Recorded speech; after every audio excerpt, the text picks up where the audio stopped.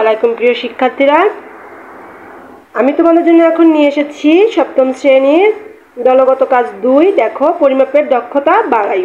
দেখো, তোমাদের জন্য দলগত কাজ প্রশ্নটা তোমরা এর আগে পেয়েছো, ওই জন্য আমি আর প্রশ্নটা দিলাম না, আমি তোমাদের শুধু উত্তরটা করে দিচ্ছি। দেখো, যার দৈর্ঘ্য প্রস্থ উচ্চতা সমান তাকে ঘনক বলে। এটা হচ্ছে একটা ঘনকের চিত্র আমি এঁকে দিয়েছি, তোমরা এটা পেন্সিল দিয়ে সুন্দর করে এঁকে দিবে। এরপরে হচ্ছে তৈরিকৃত মডেলটির আয়তন ও একটি তলের ক্ষেত্রফল নির্ণয় করতে হবে। ঘনকের আয়তনের সূত্র হচ্ছে a কিউব। যদি ঘনকের দৈর্ঘ্য 6 সেন্টিমিটার, প্রস্থ 6 সেন্টিমিটার এবং উচ্চতা 6 সেমি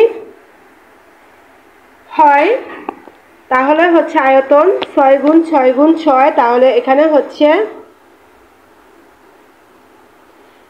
216 ঘন সেন্টিমিটার। এবার একটি তলের ক্ষেত্রফল 6a স্কয়ার, 6 গুণ 6a স্কয়ার বর্গ সেন্টিমিটার, তাহলে 216 বর্গ সেন্টিমিটার ক্ষেত্রফল।